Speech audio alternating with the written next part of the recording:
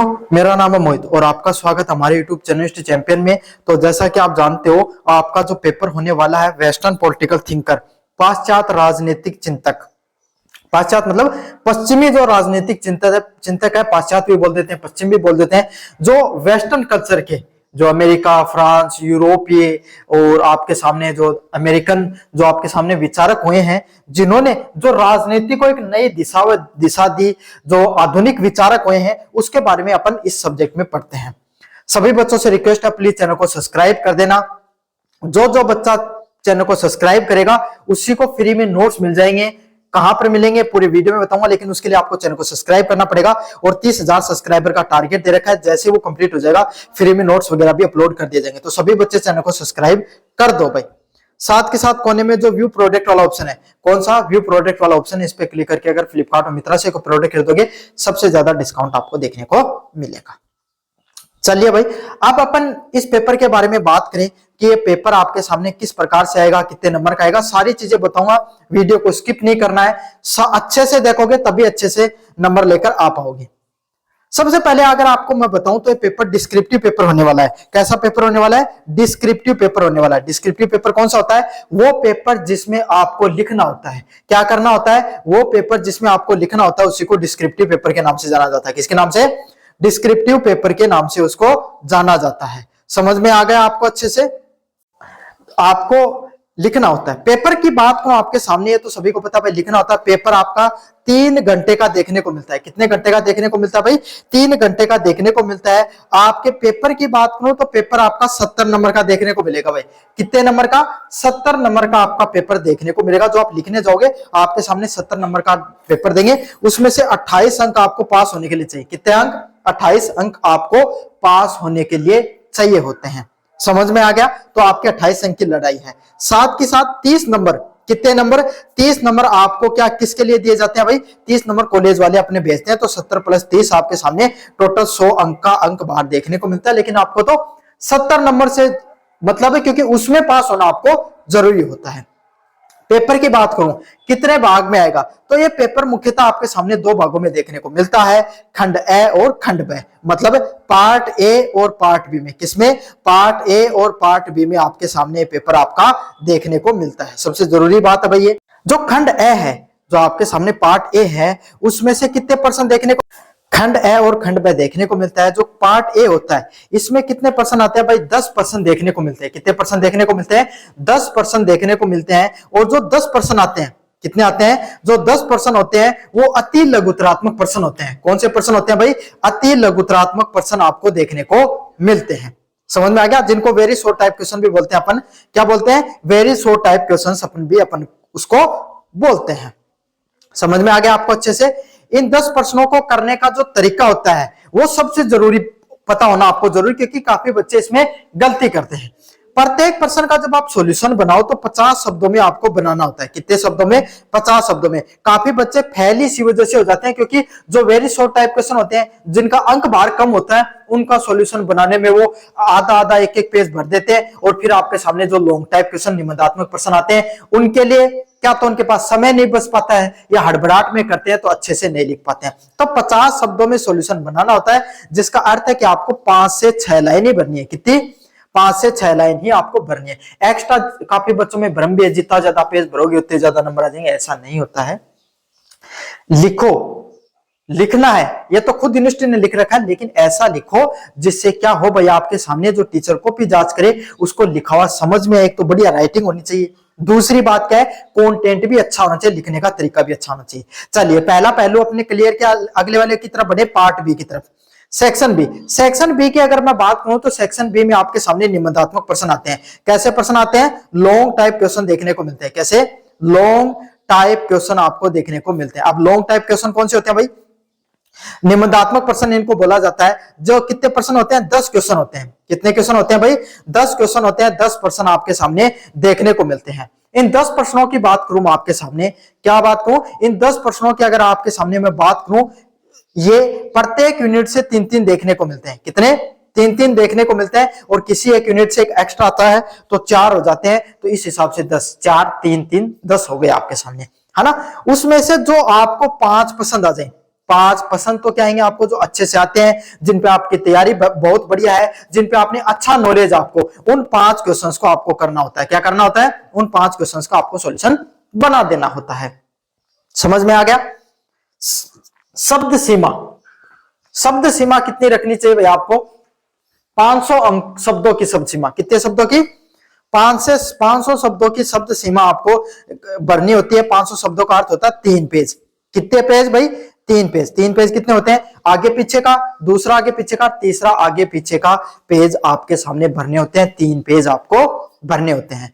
अब काफी बच्चे होते हैं ना, देखो मैं आपको एक ही बात बताऊंगा, आपको ना काफी बच्चे ऐसे हैं भाई जो बिल्कुल भी कॉलेज से मतलब नहीं रखते हैं, जिनको कॉलेज को सिर्फ पास करना है। तो उन बच्चों के लिए एक मेरी सलाह है कि आपको 2 यूनिट है ना, 2 यूनिट उनको अच्छे से याद कर लो। आप 2 यूनिट को अच्छे से याद करने का अर्थ यह नहीं कि 2% याद करके चले गए, नहीं, उन 2 यूनिट को तो अच्छे से रट डालो, या मेरे जो नोट्स हैं उनको अच्छे से रट डालो। आपको पास होने से क्या, मैं कह रहा हूं आपके बहुत अच्छे अंक आ जाएंगे अगर मेरे नोट्स आपके सामने पढ़ लोगे तो। लेकिन उसके लिए चैनल को सब्सक्राइब करना पड़ेगा भाई आपको, फिर नोट्स प्राप्त करने हैं तो। समझ में आ गया? 2 यूनिट को अच्छे से कर लेना। अब 2 यूनिट में आपके सामने आप पास हो जाओगे। काफी बच्चों को सवाल ये भी आता है कितने सारा आप कितने पेज भरने चाहिए ताकि अच्छे अंक आ जाए, तो 17 से ज्यादा अगर आप पेज भरते हो तो आप अच्छे अंक प्राप्त कर सकते हो। समझ में आ गया आपको? चलिए अब बात करते हैं इंपॉर्टेंट क्वेश्चनों की। यूनिट फर्स्ट का जो पहला प्रश्न है, प्लेटो के आदर्श राज्य एवं न्याय के सिद्धांत की व्याख्या कीजिए। क्या करना है? जो प्लेटो का जो आदर्श राज्य का जो सिद्धांत है और जो न्याय का सिद्धांत है उसकी व्याख्या करनी है। किसकी? प्लेटो के द्वारा जो आदर्श राज्य का सिद्धांत है और जो न्याय का सिद्धांत है उसके बारे में आपको विस्तार से बताना है। क्या करना है? विस्तार से बताना है। काफी ज्यादा महत्वपूर्ण प्रश्न है, एग्जाम में बारंबार पूछा जाता है। क्या किया जाता है? एग्जाम में बहुत बार पूछा जाता है प्लेटो के आदर्श राज्य का सिद्धांत। कौन सा? प्लेटो के आदर्श राज्य का सिद्धांत। Explain the Plato ideal state of theory of justice. Plato की जो ideal state and theory of justice क्या होती है उसके बारे में विस्तार से बताना है। इसमें क्या बताया था? प्लेटो ने कहा था कि जो एक ऐसा राज्य होना चाहिए, राज्य के अंदर जो राजा होता है वो खुद देवीय रूप में होता है, देवता की तरह होता है, और राजा जो राज्य होता है ना वो उसमें आदर्श राज्य ऐसा होना चाहिए जिसमें राजा है वो नीतिगत तरीके से चले, प्रजा राजा की बात माने, है ना, लोग और न्याय है वो आपके सामने अच्छे से देखने को मिले। तो साथ के साथ उनके द्वारा न्याय, सबसे पहले इस दुनिया में न्याय के बारे में इन्होंने बात की थी कि इन्होंने न्यायालय होनी चाहिए जिनके अंदर आपके सामने जो क्रिमिनल मामले होते हैं वो अलग देखे जाने चाहिए, सिविल मामले अलग से देखे जाने चाहिए। इन्होंने 2 प्रकार की न्यायालय भी बताई थी। इसके लिए बाकायदा मैंने यूट्यूब पर वीडियो भी पढ़ा रखा है, वो जाकर पढ़ लेना। चलिए, अरस्तु व राज्य में नागरिकता संबंधित विचारों का वर्णन कीजिए। क्या करना है? अरस्तु के राज्य एवं नागरिकता संबंधित विचार क्या थे अरस्तु के, उसके बारे में बताना है। Explain the Aristotle view on state and citizenship. तो अरस्तु है, अरस्तु ने क्या कहा था? अरस्तु ने कहा था कोई भी राज्य होता ना उसके 7 अंग इन्होंने बताए थे, है ना, आपके सामने 7 अंग नहीं, वो तो सप्ताह सिद्धांत कौटिल्य का। इन्होंने बताया था कि राजा होता ना, राजा को अपने विचारों के हिसाब से, जैसी परिस्थिति होती है उसी के हिसाब से अपना जीवन यापन है वो करना चाहिए। अगर काफी बार कूटनीति का भी प्रयोग करना पड़ेगा, काफी बार धर्म का भी प्रयोग करना पड़ेगा, काफी बार न्याय का भी प्रयोग करना पड़ेगा। तो आप एक ही नीति के अनुसार नहीं चल सकते, आपको समय के हिसाब से खुद को बदलना होता है। तो यही अरस्तु का राज्य व नागरिकता से संबंधित विचार थे। अच्छे से कर लेना, यह प्रश्न भी बार बार पूछा जाता है।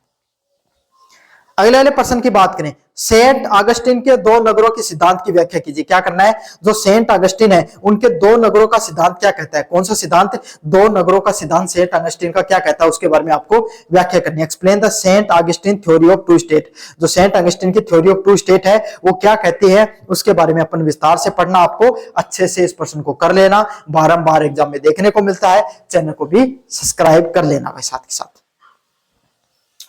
अगले वाले प्रश्न की बात करें, मैकियावेली के राज्य कला तथा धर्म नैतिकता से संबंधित विचारों का विश्लेषण कीजिए। मैकियावेली वो पहले व्यक्ति थे जिन्होंने आधुनिक राजनीति की रूपरेखा रखी। क्यों? इन्होंने कहा कि अगर कोई भी राजा ना वो ज्यादा धार्मिक नहीं होना चाहिए, ज्यादा नीतिगत नहीं होना चाहिए, ज्यादा नीतियों वाला होगा तो वो काम नहीं चल सकता, उसको कूटनीतिक भी आनी चाहिए। क्या आनी चाहिए? कूटनीति भी आनी चाहिए। जैसी परिस्थिति हो वैसा काफी बार उसको क्या पकड़ना पड़ेगा भाई? साम दाम दंड भेद, इन सब चीजों का प्रयोग करना पड़ेगा। काफी बार सामने वाले व्यक्ति है ना उसको आपको कूटनीति, छल से, षड्यंत्र से भी आपको हराना पड़ेगा। हर बार आप धार्मिक होकर काम नहीं चला सकते हो। तो आजकल की जो राजनीति है उसमें जो छल कपट, जो अलग अलग प्रकार की जो चीजें देखने को मिलती हैं, उसके बारे में अगर पहले कोई किसी विचारक ने बताया था तो वो किसने बताया था भाई? मैकियावेली के द्वारा बताया गया था। किसके द्वारा बताया गया था? मैकियावेली के द्वारा बताया गया था। तो यही है मैकियावेली के राज्य, कला, धर्म व नैतिकता से संबंधित विचार हैं वो बताए गए थे। चलिए यूनिट नंबर 2 की बात करें, सोशल कॉन्ट्रैक्ट एंड यूटिलिज्म से संबंधित प्रश्न है। पहला प्रश्न है, होब्स के सामाजिक अनुबंध सिद्धांत एवं संप्रभुता विचारों की व्याख्या कीजिए। क्या करना है? जो होब्स है उनके सामाजिक अनुबंध सिद्धांत क्या कहते थे? किसके? होब्स के जो सोशल कॉन्ट्रैक्ट थ्योरी। भाई जैसे समाज में हम सभी के सभी लोग रहते हैं, आपके भाई परिवार में काका ताऊ, समाज में और भी लोग रहते हैं, तो वो हम एक अनुबंध से जुड़े हुए हैं। अनुबंध मतलब कोई ऐसे थोड़ी कोई कॉन्ट्रैक्ट कर रखा है, नहीं, लेकिन भाई आपके रिश्तेदार हो गए, आपके परिवार के सगे संबंधी हो गए, आपके पड़ोसी हो गए, उनके बिना आपका काम नहीं चलता और उनका आपके बिना नहीं चलता और आपका उनके बिना नहीं काम चलता। सब भाई आपस में जरूरत पड़ती है। कभी कोई दुखित घटना हो गई, कोई सुख के पल हो गए, हम सभी एक जगह इकट्ठा होते हैं, सुख दुख की बातें करते हैं, बांटते हैं। तो यही एक सामाजिक अनुबंध सिद्धांत है। समझ में आ गया? साथ के साथ इनके संप्रभुता पर भी क्या विचार थे उसके बारे में भी आपको बताना है। Explain the Hobbes social contract theory and concept of sovereignty. चलिए अगले वाले प्रश्न की तरफ बढ़े। जॉन लॉक के सामाजिक अनुबंध सिद्धांत और निजी संपत्ति के विचार क्या कहते हैं उसके बारे में वर्णन करना है। क्या वर्णन करना है? जॉन लॉक के सामाजिक, उनके रूस जो आपके सामने जो ऊपर की तरफ होब्स थे उनके विचारों से अलग है जॉन लॉक के सिद्धांत। और निजी संपत्ति के विचार क्या कहते हैं? कौन सी, कोई भी व्यक्ति होती है उसकी निजी संपत्ति पे उनके क्या विचार थे, वो क्या कहते हैं उसके बारे में भी आपको पढ़ना है। तो जॉन लॉक की सोशल कॉन्ट्रैक्ट थ्योरी और प्राइवेट प्रॉपर्टी की थ्योरी क्या कहती है, दोनों के ऊपर आपको विस्तार से अध्ययन करना है। काफी ज्यादा महत्वपूर्ण प्रश्न है भाई। चलिए रूसो के सामाजिक अनुबंध सिद्धांत एवं सामान्य इच्छा की अवधारणा को समझे। क्या करना है? जो रूसो है उनके सामाजिक अनुबंध सिद्धांत क्या कहता है, सामाजिक इच्छा की अवधारणा क्या कहती है, उसके बारे में भी आपको विस्तार से बताना है। Explain the Rousseau social contract theory and concept of general will.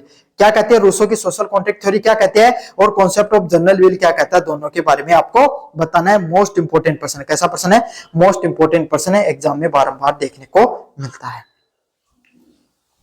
चलिए अगले वाले प्रश्न की तरफ बढ़े। बेंथम एवं मिल के उपयोगितावाद के सिद्धांत का तुलनात्मक अध्ययन करना है। क्या करना है? जो जेरेमी बेंथम है, क्या है, जो जेरेमी बेंथम है और मिल है, उनके उपयोगितावाद का सिद्धांत कि समाज में चीजों को उपयोगितावाद मतलब पैसे के आधार पर समाज कैसे चलता है, उसके बारे में आपको तुलनात्मक अध्ययन करना है। दोनों के बारे में बताना है। बेंथम ने क्या बताया था और मिल के द्वारा क्या बताया गया था, समाज में उपयोगितावाद का सिद्धांत कैसे काम करता है। Comparative the utilitarianism theory of Bentham and J S Mill. J S Mill की यूटिलिटरिज्म और जो आपके सामने जो थ्योरी कैसे बात करते हैं उसके बारे में आपको बताना। अच्छा प्रश्न है। आपने यूनिट 1 और 2 के इंपॉर्टेंट क्वेश्चनों के बारे में पढ़ लिया है।